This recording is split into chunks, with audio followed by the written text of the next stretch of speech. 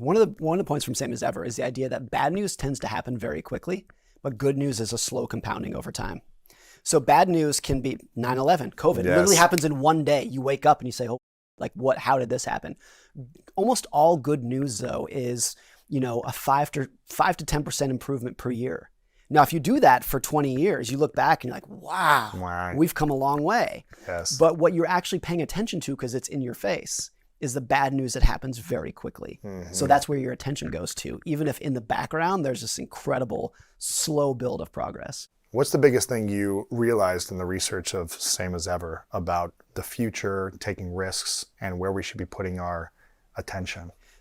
One of the first chapters, the first chapter in the book, is a focus on how fragile the world can be and how the world can hang by a thread in your personal life and throughout history. How we look back, and when you try to connect the dots in hindsight of how we got here, it will give you so much humility on the idea that we know where we're going next. Like there's a saying, like if you know where, like to know where we're going, you have to know where we've been. Uh-huh. But the truth is, if you know where we've been, you realize we have no clue where we're going next. One of the stories that I use in here that's always just utterly blown my mind is that back in the Revolutionary War in the 1700s, there was a period, the Battle of Long Island, when George Washington and his troops were cornered by the British. And the British were just about to wipe them out. The war would have been over. All they had to do was sail up the East River in New York. They would have cornered George Washington, and it's all over. It didn't happen because the wind was blowing in the wrong direction that night. So they could not sail up the East River.